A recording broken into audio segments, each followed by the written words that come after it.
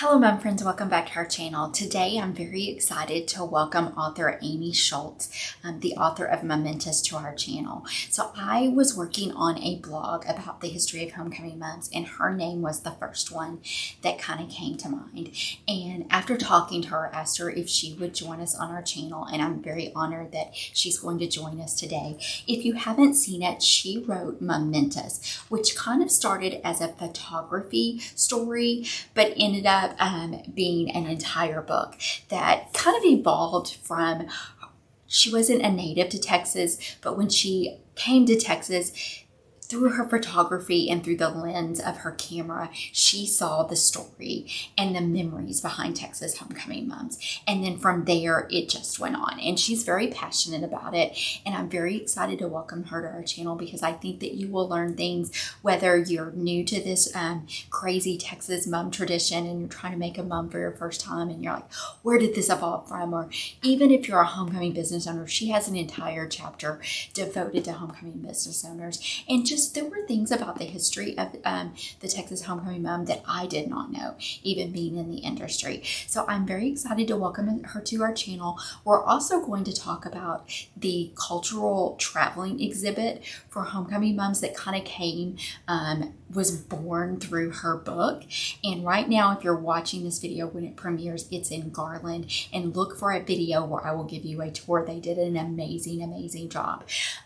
But I will put a link down to all of that stuff in our description. But for right now, I want to bring Amy onto our channel and let you hear her take on the history of Texas homecoming moms. And I hope that it will teach you things that you didn't know and also maybe excite you on your own to do some more research on the Texas homecoming mom tradition. So let's welcome Amy. Welcome, Amy.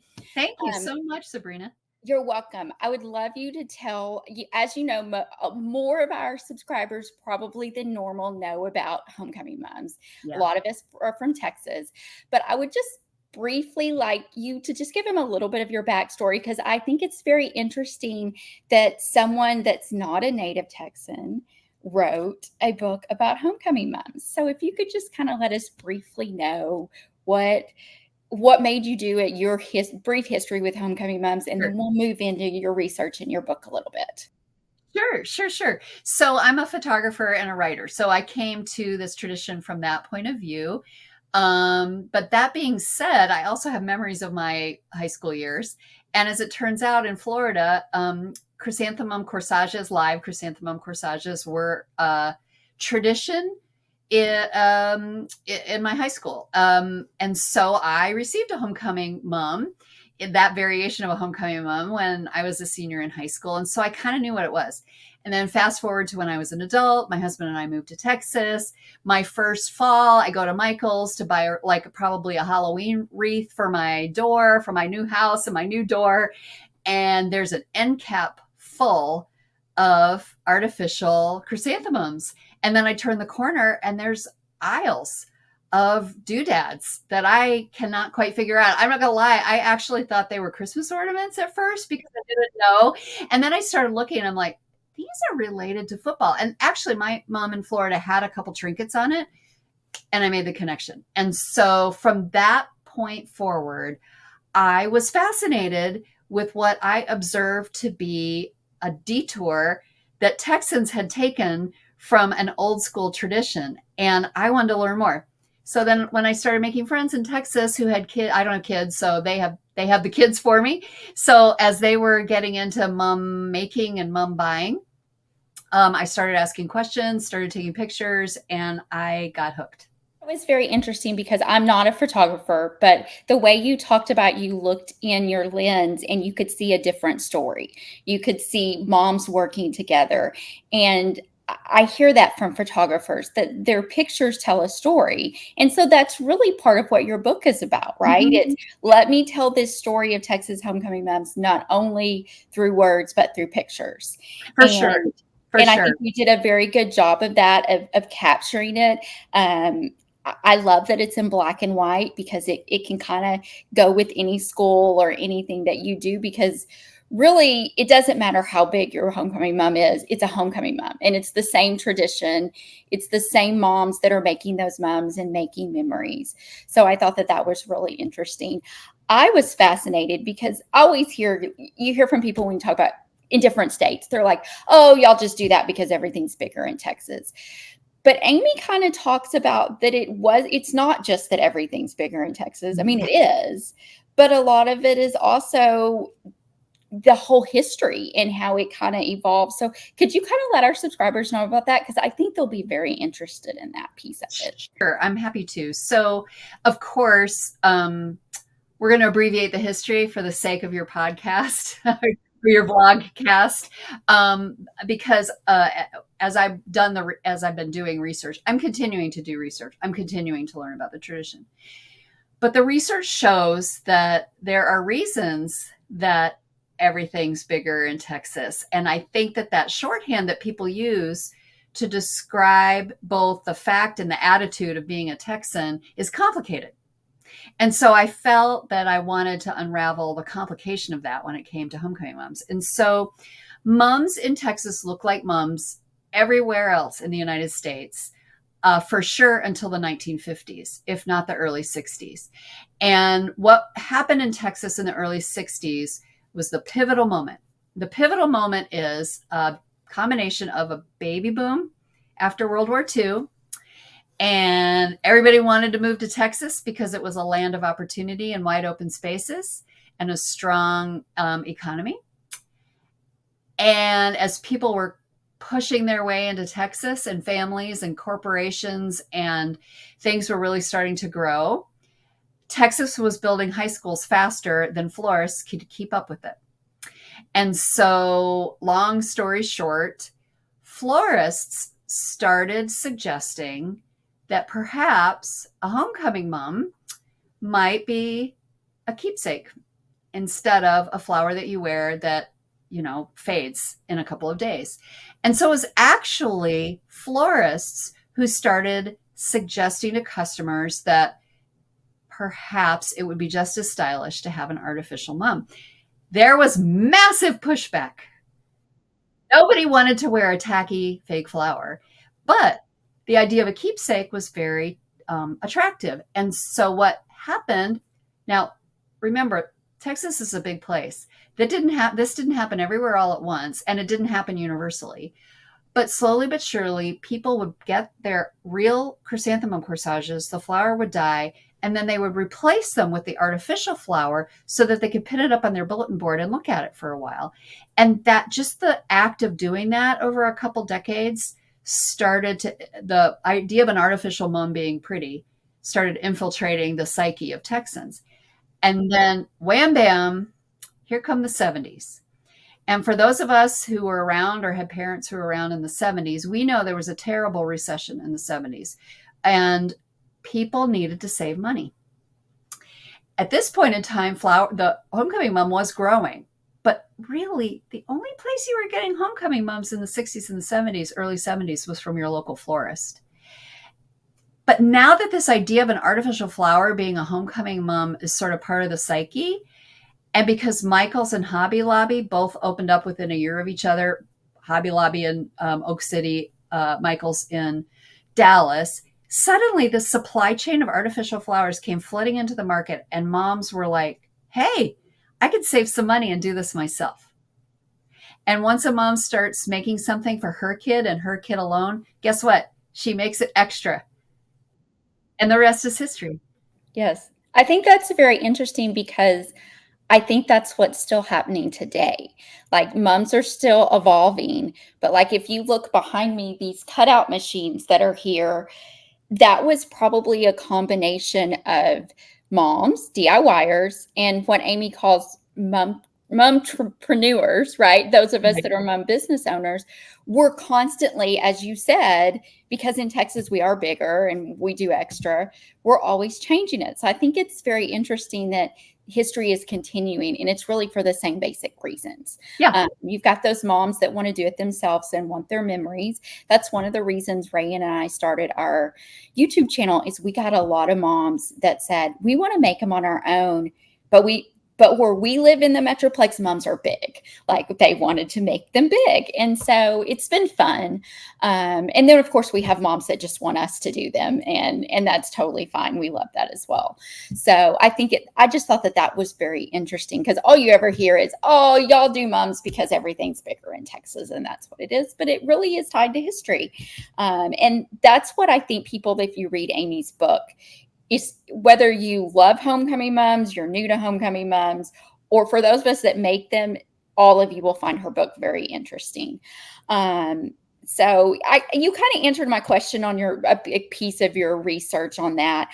I would love to know, I mean, now you're this non-native Texan, right? I don't know if you consider yourself my best friend from California will say, most people will say, I got here as fast as I could. She would say she did not. So I don't know which mom you're on that. But now that you're in this crazy mom world, have you had any fun experiences or things that you didn't expect that you would learn, or people you would get to meet?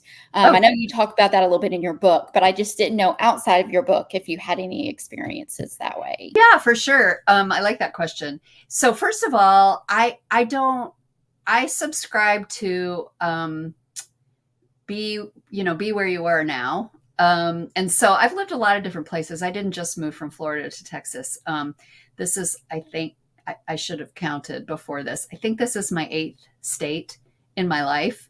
And so really my lesson is just be here now. And, when you travel overseas, you should try the food. You shouldn't go to McDonald's. So when you're in Texas, be in Texas. So that's where I land. Okay. So that being said, special memories. Oh my gosh, my friend, I don't even know where to begin. I think that when you bring up the subject of homecoming moms, whether you're talking to a 22-year-old who's remembering something from 4 years ago, or you're talking to a 62-year-old who's remembering something from a little longer than that, you're bringing up a topic that is a portal to memory. And when someone is inspired by a topic to share something personal, it becomes very special, no matter what the story is. And I feel very honored that this platform, taking photographs, because, my book didn't start as a book. It started as a photography study, and then it was an art exhibit, and then it was a book, and now it's a travel and cultural heritage exhibit. And as I like to kid, of course it is, because everything related to moms in Texas gets bigger and bigger and bigger and bigger. But the bigness of it hides the fact that it's actually a very intimate and personal trip back in one's memory to hopefully a very happy time. Could be a funny time, could be a sad time, but it's a portal back. And I think that, nostalgia or being nostalgic about the lessons and loves and fun times in one's life is healthy. And so it's fun to take that trip with people. And I'm honored that they're willing to take me on the trip with them. I think that's good. And I know that you and I briefly talked about, I think, like you said, if you're from Texas and you went to high school in Texas, or you had a kid at high school in Texas, everybody has some kind of mom story, right? You have a chapter called that. Right. And I told you, like, my mom story is my very best friend her son happened to take my daughter freshman year to homecoming, and she's from California, and she's like, I don't know about this crazy mom thing, so it's very interesting. I love that you addressed small business owners, and that the amount of women small business owners that this industry creates, and small businesses, because those that watch my channel, I know you've talked to me enough, I'm very passionate about that. Like, I've been a small business owner for, 20 plus years. I'll age myself a little bit there. But Rayanne and I, when we opened up RG Mums, that piece was very normal to me. It was very easy. Whereas her being a teacher, that was the part she was apprehensive. She can make braids, she can make a mum. But I think if you talk to business owners, those of us that make mums, most of us originated from that memory of making it with our kids. And then it extends to their kids' friends. For me personally, when Rain and I decided to take it the step further, she still had 2 kids in school. My last had just graduated. And so this allowed me to still kind of make mums. And to be honest with you, it also transitioned that empty nester for me a little bit. So I think I love in your book that you talk about that, and just the amount, if you think about how many high schools there are. So I think that that's very interesting. I love the term that you gave to us. And I'm glad you do. I really wanted it to be a compliment, because I think that this, I've talked to many mom makers who feel that the business side of what they do is not well understood. And so I wanted to use the word entrepreneur, because I think that is a word that carries weight. And, but I also like to be funny. So I just made up Mumtrepreneur, even though it's like the world's hardest word to say. But, yeah, I don't. That would be my only negative about it. It's not going to catch on, that's for sure. But it's pretty good in print. And I think that I really hope that it speaks to the mashup of the creative side of what you do and the business side of what you do. And of course, the business side is very complex, because it includes marketing and budgeting and inventory control and like all these things that you do that nobody will ever know about unless they turn into your YouTube channel and see that incredible room behind you. Then they know this is not just a fun little hobby. This is a business. Well, speaking of my craft room, it kind of reminded me, going back to what you talked about with the florist, another reason the florist liked that artificial is it allowed them to start prepping all season long. Right. And I think that again goes to history, that now we prep all year long. Like, there's moms behind us, Rayanne and I now prep all year long.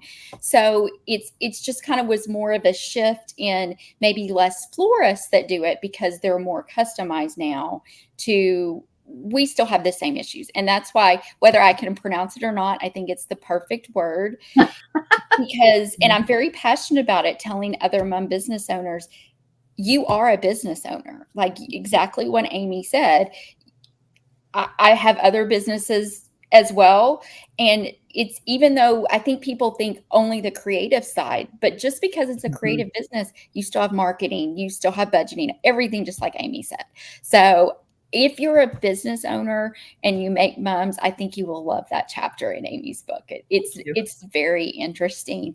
I did, one of the things I wanted to talk to you about was the concept of kind of teen mums, because it's very interesting. Rayanne's alma mater actually broke the record. I know, just down the street from us last year. And when I read about it, the only thing I thought about was just the size of it. Right. But there's actually a lot more of it that goes behind the scenes on that, right? It's a lot more team building, and usually initiated by teachers.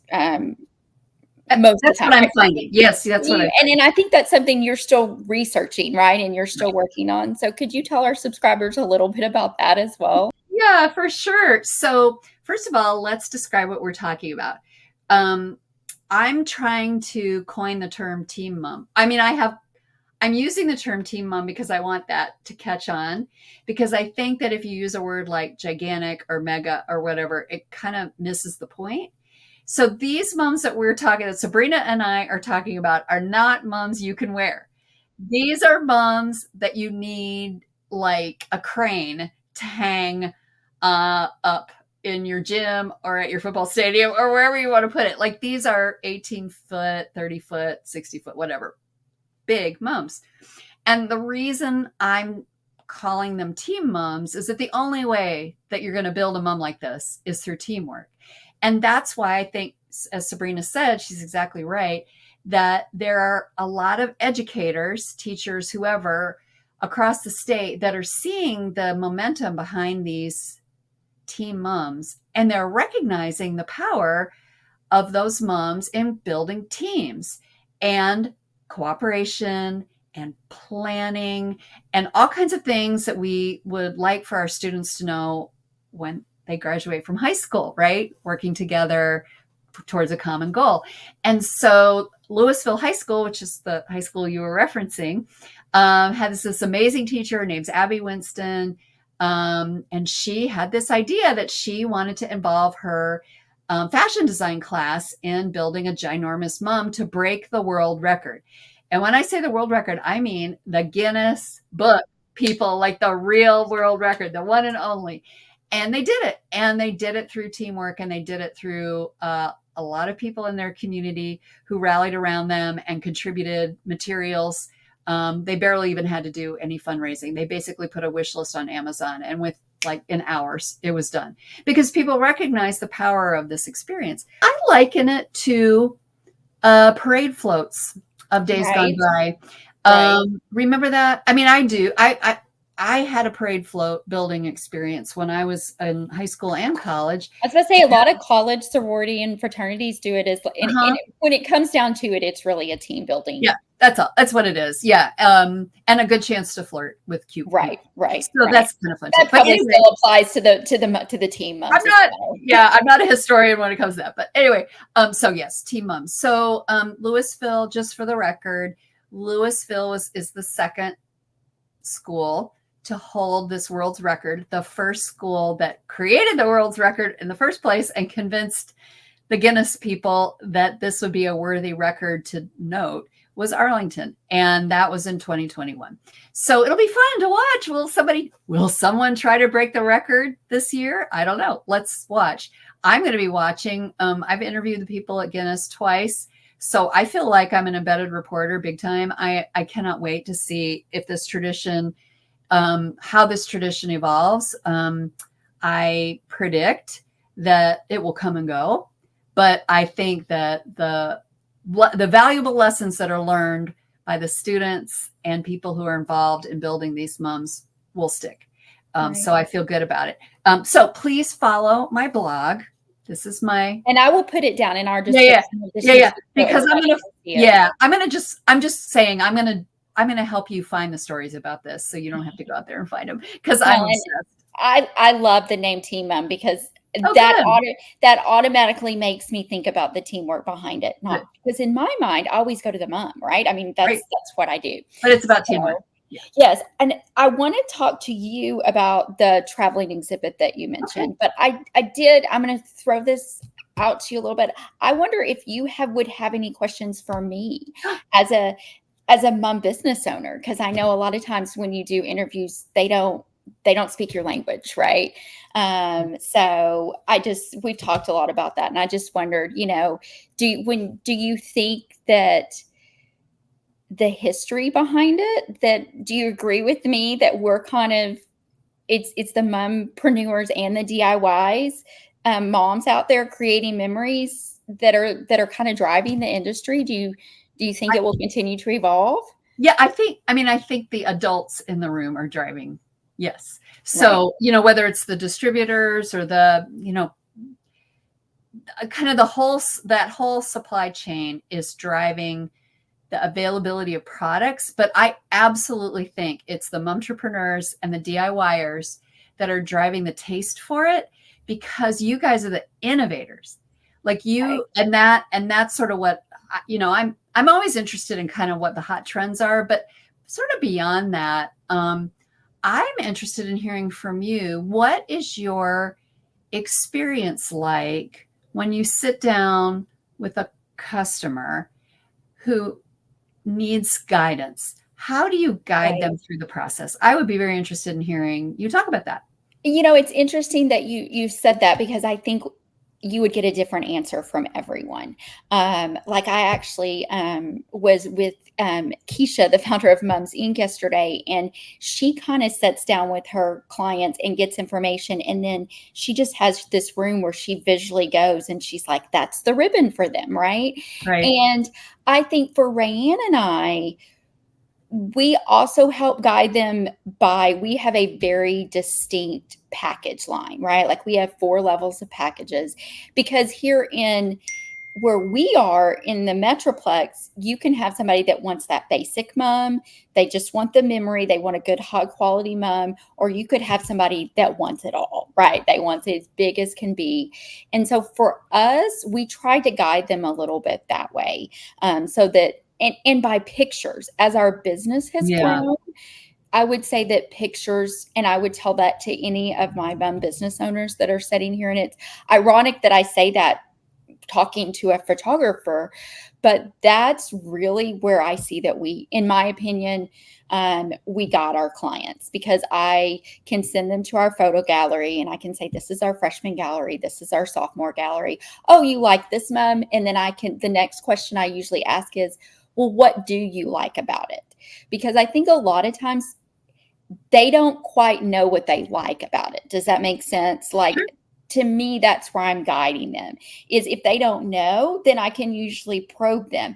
Well, is it the color? Is it the cutouts? Is it the sprayed? And I can usually get to the answer. So for me, I would say that that's probably how we got our clients. But I gave Keisha as an example because I think, as you allude to, this is a creative business and every single one of them is going to be different. And there's no right or wrong answer to anything. That's the creative part. And that's the part that I think is really, really fun. Yeah. And you can see that in Mumtrepreneurs who, like, you can see your creativity coming through, the innovation over time, and just I don't know.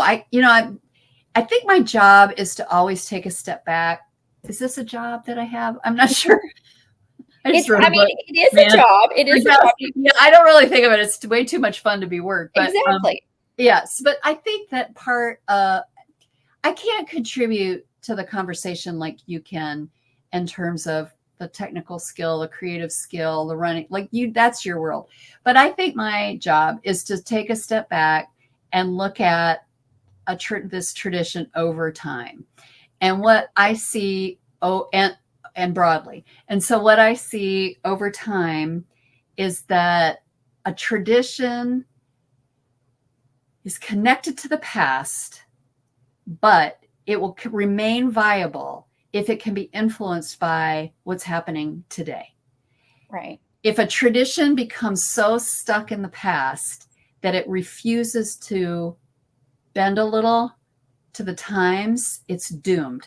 And I think that's why chrysanthemum corsage flowers, like the kind that I wore in the 80s, are almost gone everywhere in the United States, because they were only about a time that no longer exists, which is the only way to get a mom is for a boy to ask you to homecoming. Does that sound like our kids today? Not at all. I mean, especially for my seniors, I would say well over 50% are girls ordering for themselves. And in this nature of this new ultra mega custom mom, a lot of times if they get asked at the end, the boy is ecstatic, or the boy's mom, let's be honest, is ecstatic that they've already got that locked down and they don't have to worry about it. So, well, and if you're talking about those ultra luxe moms, those are not inexpensive. It's a financial commitment, and in a way it feels a little, it's a little much to ask a young man to be a part of something that's that expensive that late, or his mom or his dad that late in the game. So I think, but what I'm seeing, generally speaking, is that because the tradition, but there are elements of the tradition that go all the way back to the beginning, and that's what makes it so special. But then the tradition continues to sort of move forward based on the tastes of the current generation. And it's the parents that are making it possible, because they're the link between the past and the present. And so and I think as long as that's always the case, then my feeling is there'll always be moms. I do think that diversity in moms, because we are becoming a very diverse place here in Texas with lots of different cultures from all over the world. And isn't it wonderful that those cultural influences are starting to find their way in our homecoming moms? I love it. I think no matter where you are, and Texas is a big state. Yeah. And so the mums in Dallas Fort Worth may be different than the mums in West Texas, may be different than the mums in the Rio Grande Valley. And I think that that's really great. It's funny. I say, like, Rain and I tried really hard to make each one of our mums unique and specific. But at the same time, I'm also very proud that people can see a picture and go, oh, that's an RG mom. Or they can see a picture, or I can see a picture and know that that mom was made by one of my friends, right? And I think that goes back to, and why I love your book, is in the end, it doesn't matter which mom it is. It all evolves from that same history. It all evolves from the same memory. And so I think that your book just kind of ties that all together. And that's probably why you kind of got interested in it, right? Yeah, for sure. Yeah. And I think that, yes, I should just say yes, that's right. Yes. But then what continued to hold my interest is that it's not a static tradition. It's continuing to evolve in beautiful and interesting ways that reflect our current culture, but also hearken to our past. And you can't ask for more than that from a tradition. Oh, I think that's good. And I think that's a great segue into the last thing that I really wanted to talk about, was you had briefly talked about it, the traveling mum exhibit. And I love that it's a traveling cultural mum exhibit. And right now, as we talk, it's in Garland. But can you just tell us a little bit about it and kind of how it started and kind of where it's been? I would like to say that the reason that Mumentous exists as a traveling cultural heritage exhibit is because of women. Once again, girls sticking together. So I was telling a friend of mine that worked at a convention and the Arlington Convention and Visitors Bureau about my book. And she's like, oh, that's cool. And then about 6 months later, she says, hey, I've been thinking a lot about your book and the way you talk about it. And she said, I'm recognizing now that homecoming moms are really, it's a cultural heritage tradition in Texas and nowhere else. And isn't that interesting? And it just so happens, she says to me, that I'm an officer in the board of the Texas Lakes Trail region, which is a region of the Texas Historical Commission. And she said, and we do traveling exhibits. That's one of our programmatic strengths. I'd like to suggest that we get together and talk about it. And months later, there was a traveling exhibit. What makes the traveling exhibit of Mumentous, I think, really special is that it's different everywhere it goes.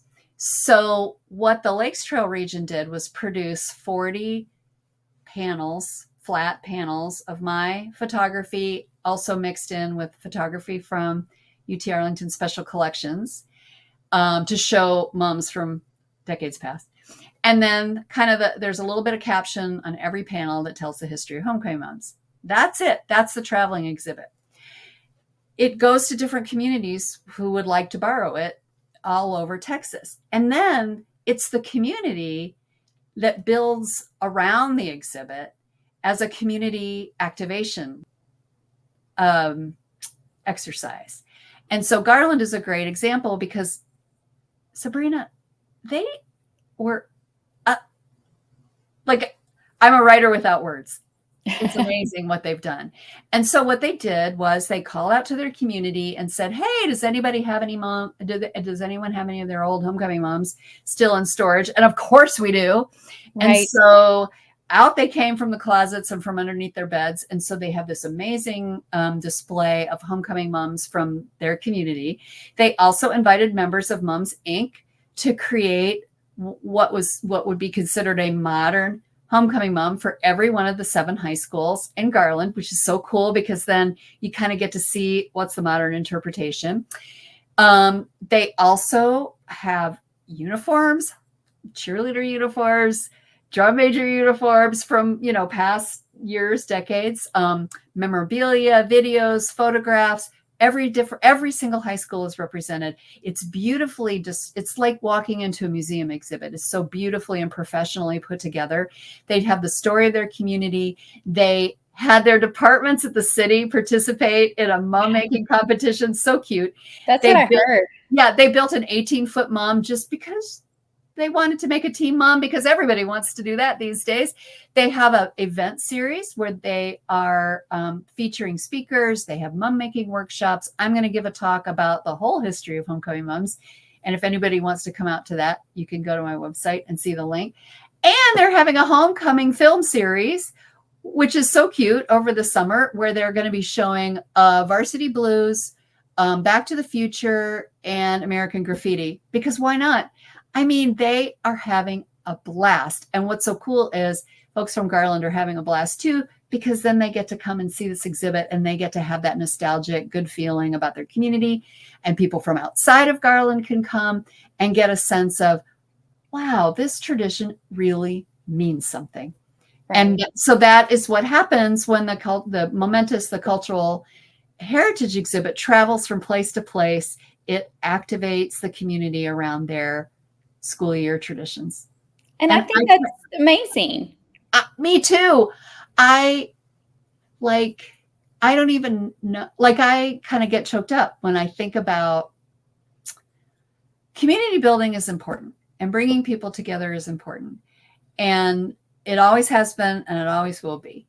And if I had this crazy idea that turned into a thing that can bring some people together to share a hug and a memory and a laugh, I have lived a good life. Right. I mean, I don't mean to say it I'm just so, people say it all the time. And there's a reason you say you're humbled and proud, but I'm humbled and proud that homecoming moms are now being recognized as something special that Texas women have built to celebrate community. Right. And I think that that's amazing. Exactly what you said, that each one of those exhibits is completely different. Completely different. And that's exactly what you alluded to. Just like homecoming moms, it's the community around them that is what makes it what it is. So you're celebrating your kids, and you're celebrating your community, and you're celebrating these milestones in your life. There's lots of ways to do it. In society, we do it a lot of different ways. And homecoming moms are one of those ways that we do it in Texas. I've heard that Garland has done an amazing job from several people, and I'm very excited to get to bring it to show everyone. And I think if you are in the DFW area and you're watching this video when it premieres, you need to look at the link and check the dates and definitely go see it. I know you mentioned a lot of the Mums Inc. members made one. And I think what's cool is they weren't just randomly picked Mums Inc. members. They were people that make mums for those schools. So I feel like they can really give an accurate representation as to what a current mom is and then what it looked like years ago. So I am just so stoked that you were able to join us. Again, I thank you because, again, you were the first person I thought about when I decided, okay, I know homecoming moms. I know how to make them. I know my own personal history. I know the history being a Texan, but let me dive into it a little bit deeper. And if you want to know anything about it, Amy's book is definitely the book to do that. So I thank you for joining us. I thank you for letting me know about the Garland exhibit because I'm very excited. I'm going to take my mom. I don't know if I told you, Amy, most of my subscribers know my oldest. You know how my mom, she wasn't one of those, oh, the kids are going to call me this. She said, whatever they call me is what they call me. Oh, my oldest calls her mom. And so every grandkid calls her mom. And now most people she knows calls her mom. So Rayan and I say that we have a mom that helps us with our moms. So that's so sweet. I love that. I do have, when people come from over the pond, you do have to tell them that we're not talking about their moms. Although aren't moms and mums all sort of intertwined? I mean, I've kind of loved that too, is that your mom says it all. Like the way what you call your mom says everything you need to know. She's all wrapped up in love and tradition. Exactly. And it's funny because people will hear that and you would think that we're British. And I think if you've heard my accent, you know that I'm definitely Texan all the way through. That's awesome. If people wanted to buy your book, they can buy it on Amazon. But I also put the link down to your blog and your website. If you want a signed copy, which I got to go see Amy in person at an event. Speaking of events, you do go to events throughout the state, and those are on your website as well, right? So if you want a signed copy, I'll put a note down in the description so you guys can see that as well. So I am very excited to get to show you the Garland exhibit. I know hopefully Amy will come back and join us again, I would love to hear more about the teen moms and where you think that it goes. Sure. But as we finish up, I just want to thank you for joining us. And look in the description below, everybody, if you want all that information. And I know that you will enjoy this book, whether you are just new to Texas and want to know what this craziness is about, or you're like me and make moms. I do definitely think there is something in this book for everybody. So thank you, Amy. Thank you, Sabrina. This was super fun. And hi, everybody. Nice to meet you. And yes, yeah, that's right. Everybody, hi. I have a feeling a lot of people have heard of your book or seen your book. I know when I was at the sale place last time that it was there. So if you want your own personal copy, that's the other thing too, is it's in a lot of the probably mom related craft stores as well. So thanks again, Amy. Thanks, Sabrina. I hope everyone learned something new that they hadn't known before about the history of Texas homecoming moms. Whether you're brand new to this Texas tradition or a homecoming business owner that preps moms year round, I hope that talking to Amy helped you see some new things about this fun tradition. So as a reminder, you can buy Amy's book on Amazon, or if you want a signed copy like Rain and I are so proud to have, you can get one either at one of her events or on her website at any time. And then don't forget to check out the Garland exhibit. If you're watching it when the video premieres, of course, you can go visit it in person if you're in the DFW area. If not, check out our video tour. They did an amazing job. And then stay tuned for just a couple previews of some of the amazing pictures in Amy's book. As for that, that's it, friends. Happy creating. Have a great day. And Ray and I will see you soon.